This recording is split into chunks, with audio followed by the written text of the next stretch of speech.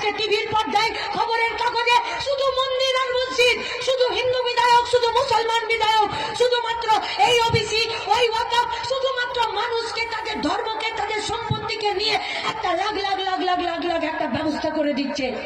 দাঙ্গা হচ্ছে, কখনো বেলডাঙ্গায়, কখনো শামশেরগঞ্জে, কখনো ধুলিয়ানে, প্রত্যেক দিন কখনো আসানসোলে, কখনো হাওড়াতে, কখনো পূর্ব মেদিনীপুরে, কখনো উত্তর দিনাজপুরে, একটার পর একটা ব্লকে শুধু দাঙ্গার পরিবেশ। কিন্তু কোনো খবরের কাগজে, কোনো টিভির নিউজ চ্যানেলে, কোনো একটা জায়গাতে না তো একটা কারখানার কথা আছে, না তো পরিযায়ী শ্রমিকদেরকে নিজেদের রাজ্যে ফেরানোর কথা আছে, না তো আমাদের রাজ্যে 100 দিনের কাজকে চালু করার কথা আছে, না তো আমাদের স্কুলগুলোকে চালানোর কথা আছে, না তো আমাদের দোকান বন্ধ করার কথা আছে, না তো আমাদের হেলথ সেন্টারগুলোকে, আমাদের হসপিটালগুলোকে ভালো করে চালানোর কথা আছে।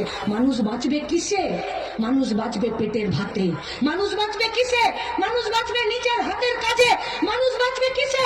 মানুষ বাঁচবে নিজের মাথার ছাদে। তাই মানুষকে যদি বাঁচাতে চায় তাহলে খাদ্য, বস্ত্র, বাসস্থান আর তার হাতের কাজের কথা বলতে হবে। তাই আমরা মানুষকে বাঁচানোর কথা বলার জন্য বাংলা বাঁচাতে এসেছি। কারণ মানুষ না বাঁচলে বাংলা বাঁচতে পারে না।